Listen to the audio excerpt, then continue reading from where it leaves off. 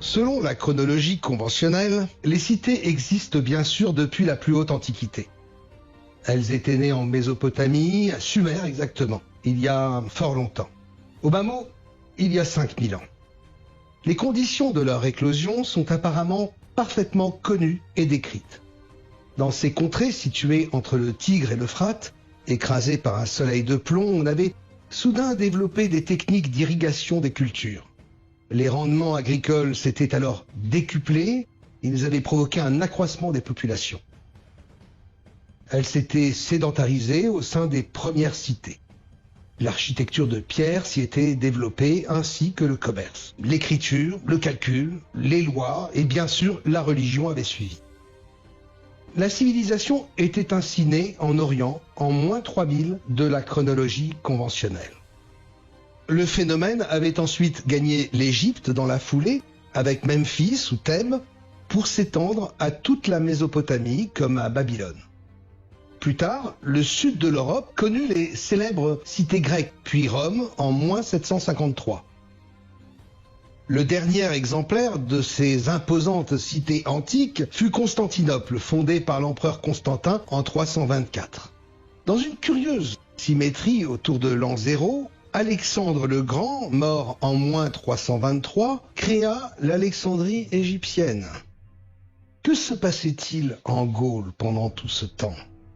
Bien entendu, les envahisseurs romains avaient essaimé leur urbanisme et, comme un refrain bien établi, ces cités allaient lentement péricliter tout au long du haut Moyen-Âge.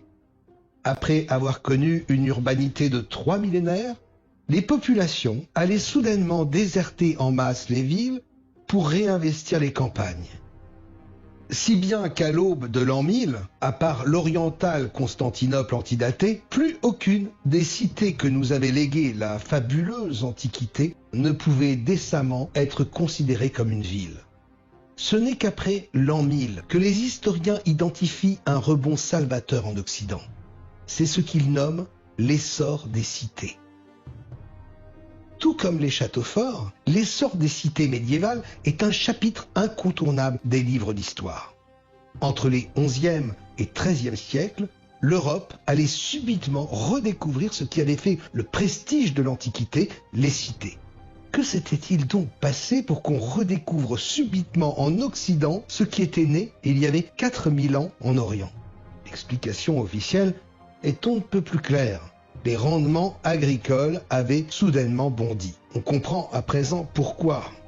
Grâce à de nouveaux outils de fer.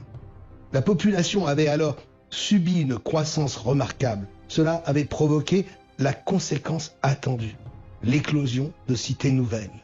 L'architecture de pierre s'y était développée avec les fameuses murailles. Et puis, ce fut le tour de l'artisanat qui engendra un renouveau du commerce. Sans blaguer. Ne trouvez-vous pas là un air de déjà-vu ? En fait, ce sont exactement les mêmes marqueurs qu'à Sumer. Ce qui avait entraîné l'humanité dans la civilisation en moins 3000 en Orient avait exactement provoqué le même résultat, la création de cités.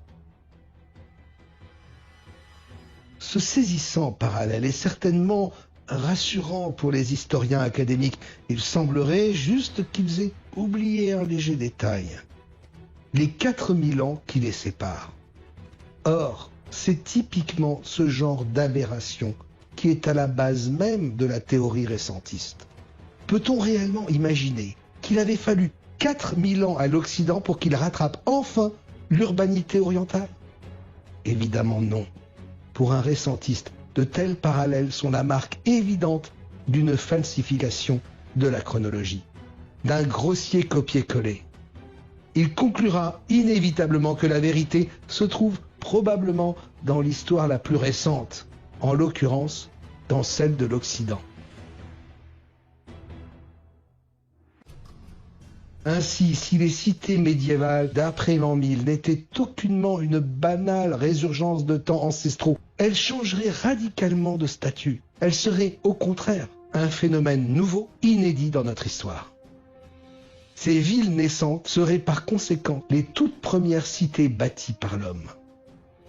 D'une importance Crucial pour nos recherches, ces civitas médiévales marqueraient alors le repère initial tant recherché, celui du début de la civilisation. Ils nous ramèneraient invariablement aux mêmes pistes temporelles et géographiques. L'Occident médiéval d'après l'an 1000.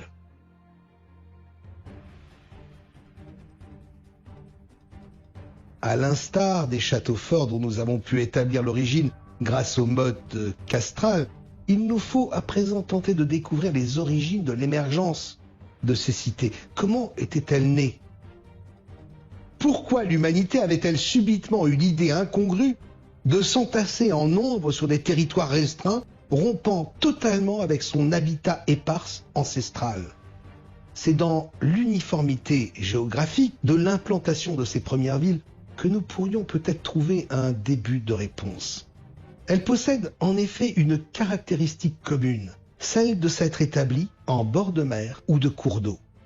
Or, c'est un bien curieux choix. En privilégiant les sites en bord de cours d'eau, l'homme avait probablement investi les emplacements les plus inhospitaliers qui s'offraient à lui, des marécages. Ces terres boueuses sont instables pour l'architecture, impropres à l'agriculture, infestées de moustiques, soumises à des crues subites et souvent dépourvues d'eau limpide. Et pourtant, en dépit des désavantages certains que constituaient ces lieux hostiles, c'est bien sur ce type de terre humide, parfaitement inadaptée, que se sont implantées les cités naissantes. Il nous faut tenter d'en comprendre les raisons.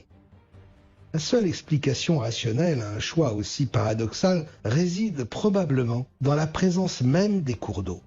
Ils sont en effet de véritables autoroutes commerciales naturelles. Ce seraient donc probablement des nécessités de transport qui auraient guidé l'homme à s'installer en bord de fleuve. Soit. Mais quelle marchandise nécessita subitement qu'on l'acheminât non plus par voie terrestre, mais par voie d'eau? Certainement pas des denrées alimentaires pour lesquelles le transport terrestre local suffisait amplement, même sur des routes chaotiques. Non, il fallait probablement qu'une marchandise nouvelle arrive sur le marché d'une provenance beaucoup plus lointaine, et que de par son poids, elle nécessite impérativement un acheminement par voie d'eau. D'après notre hypothèse forte, de quelle marchandise pensez-vous qu'il puisse s'agir? Sinon, du minerai de fer. Voici comment les faits auraient pu se dérouler. Une fois le lourd chargement arrivé à destination, il aurait été absurde de le travailler ailleurs que sur son lieu de débarquement. Les premières forges se seraient alors installées le plus naturellement du monde au bord des fleuves. Fournissant des outils révolutionnaires, elles auraient agrégé autour d'elles des artisans d'un nouveau type.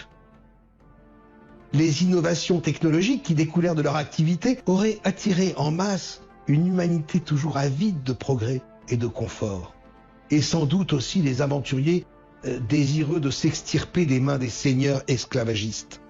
L'air de la ville rend libre, disait-on à cette époque.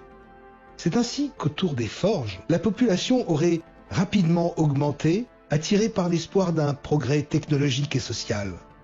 Cette foule aurait initié la formation d'entités nouvelles, des cités, un phénomène strictement inconnu auparavant.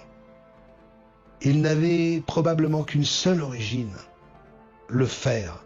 C'est ce minerai qui aurait guidé l'implantation des cités au bord des cours d'eau, non pas par choix, mais pour une raison beaucoup plus terre-à-terre, son poids qui nécessitait un transport fluvial.